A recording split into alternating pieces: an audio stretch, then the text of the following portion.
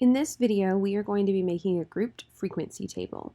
So this is the in-class example that we worked on the first night of class. Our instructions are to consider the data presented below of a data set of final exam scores from last year's stats class. N equals 25, which means our sample size is 25. You now need to do the following. Group them into a frequency distribution employing a class width of I equals 5, and then create a summary table that shows class intervals, the upper real limit and lower real limits of each class interval, the midpoints of each class interval, the grouped frequency distribution of each class interval, the cumulative frequency for each class interval, the cumulative proportion, the cumulative percentage of each class interval. Then it asks you to draw a frequency polygon and histogram representing the grouped frequency distribution, and then we'll get into some questions. So the first thing we're going to do is determine how many rows we need in our table. So what we're going to do is we're going to find our highest value, which is 99, and we're going to subtract our lowest value to determine if we need a grouped frequency table or not. So 99 minus 60 is 39. We always add 1. So we have 40 values. If our values are greater than 20, we want to do a grouped frequency table.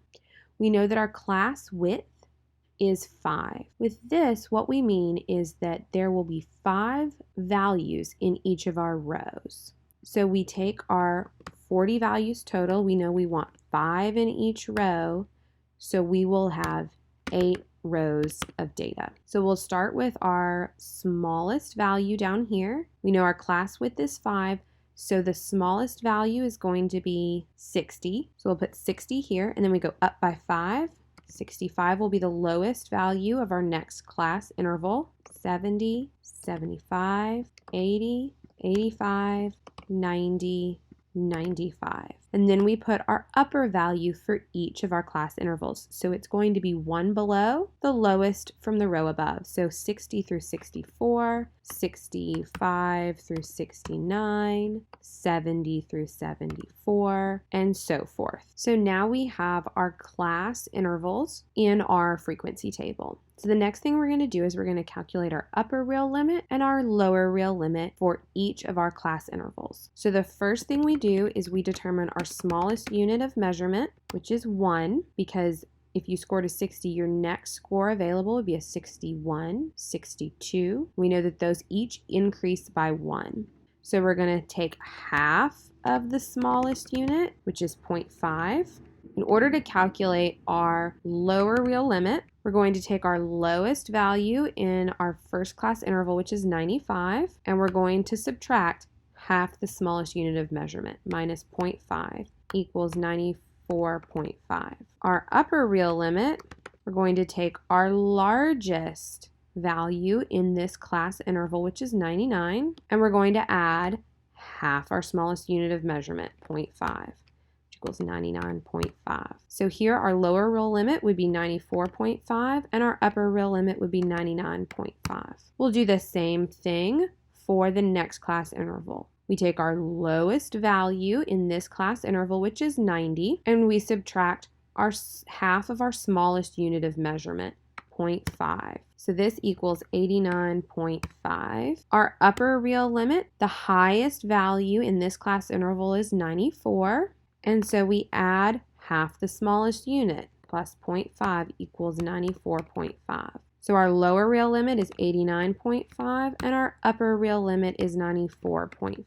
We'll do one more together. We're going to take our lowest unit in this class interval, which is 85. We're going to subtract 0.5 and we'll get 84.5 for our lower real limit.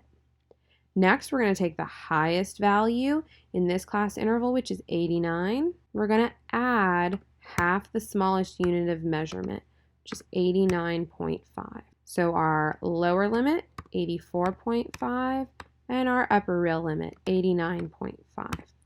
You'll notice that the lower real limit is going to be the upper real limit of the row below. And the lower real limit, 89.5, is your upper real limit of the row below. So you'll continue that pattern all the way down. The next thing we're going to do is we're going to calculate our midpoint of each class interval. So in calculating your midpoint, you're going to take half of the class width. If we remember correctly, our class width is 5. So 5 divided by 2 is 2.5. We're going to take half our class width, so 2.5, and we're going to add it to our lower real limit. So the first one would be 94.5 plus 2.5 equals 97. We'll do the exact same thing. We're going to take our lower real limit, 89.5, and we're going to add half of our interval width, 2.5, which equals 92. And so you do that all the way down. This will be 84.5 plus 2.5 equals 87, and continue that pattern down. And so we have our midpoint. So the next thing we're going to do is we're actually going to calculate our absolute frequency. So this is the number of values in our data set that fall between each class interval. So for the first one, we're looking at all of the data points that fall between 95 and 99. So we're going to go up here and we're going to count them. 1, 2. So we'll put 2. Now we want to find all of the values that fall between 90 and 94. So 1, 2, 3. And we'll continue this down. So now we have all of our absolute frequencies for each class interval. The next thing we're going to do is we're going to calculate our cumulative frequency. So we're going to start at the bottom and we're going to say, in this class interval, how many people scored this or below? So still 1. Then for our next one, we say how many people scored 65 to 69 or below. So we're adding up these two here. For this class interval, we do the same thing. We say how many people in our data set scored between 70 and 74 and below. So we take this number, 2, and we add it to how many people scored 70 to 74, 3. Again, we do the same. We take 3, we add how many people scored 75 to 79. So now we're at 6.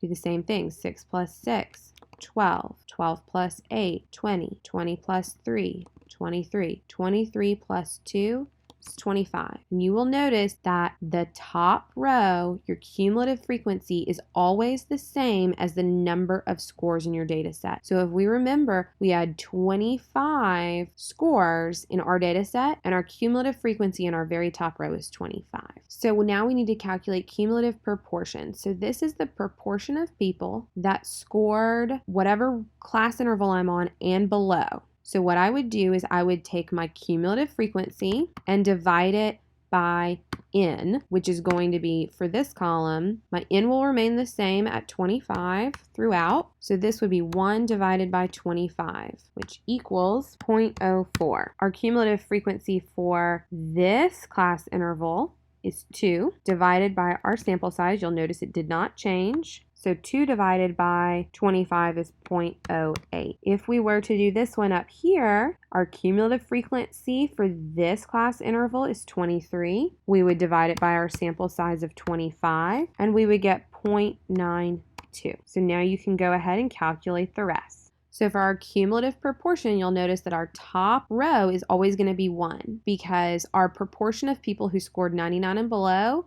is everybody. So now when we do our cumulative percentage, you are essentially going to take your cumulative proportion and either multiply it by 100 or move your decimal over 2 spaces. So this one will be 100%, 92%, 80%, 48%, and so forth. So now when I have this chart, I can quickly glance and say 80% of my students scored at an 89 or below. I might go here and say 12% of my students scored a 74 or below. I can quickly look and say 3 students scored between a 90 and a 94, and only 1 student scored between a 65 and a 69. So it's an easy way to read and to summarize your data.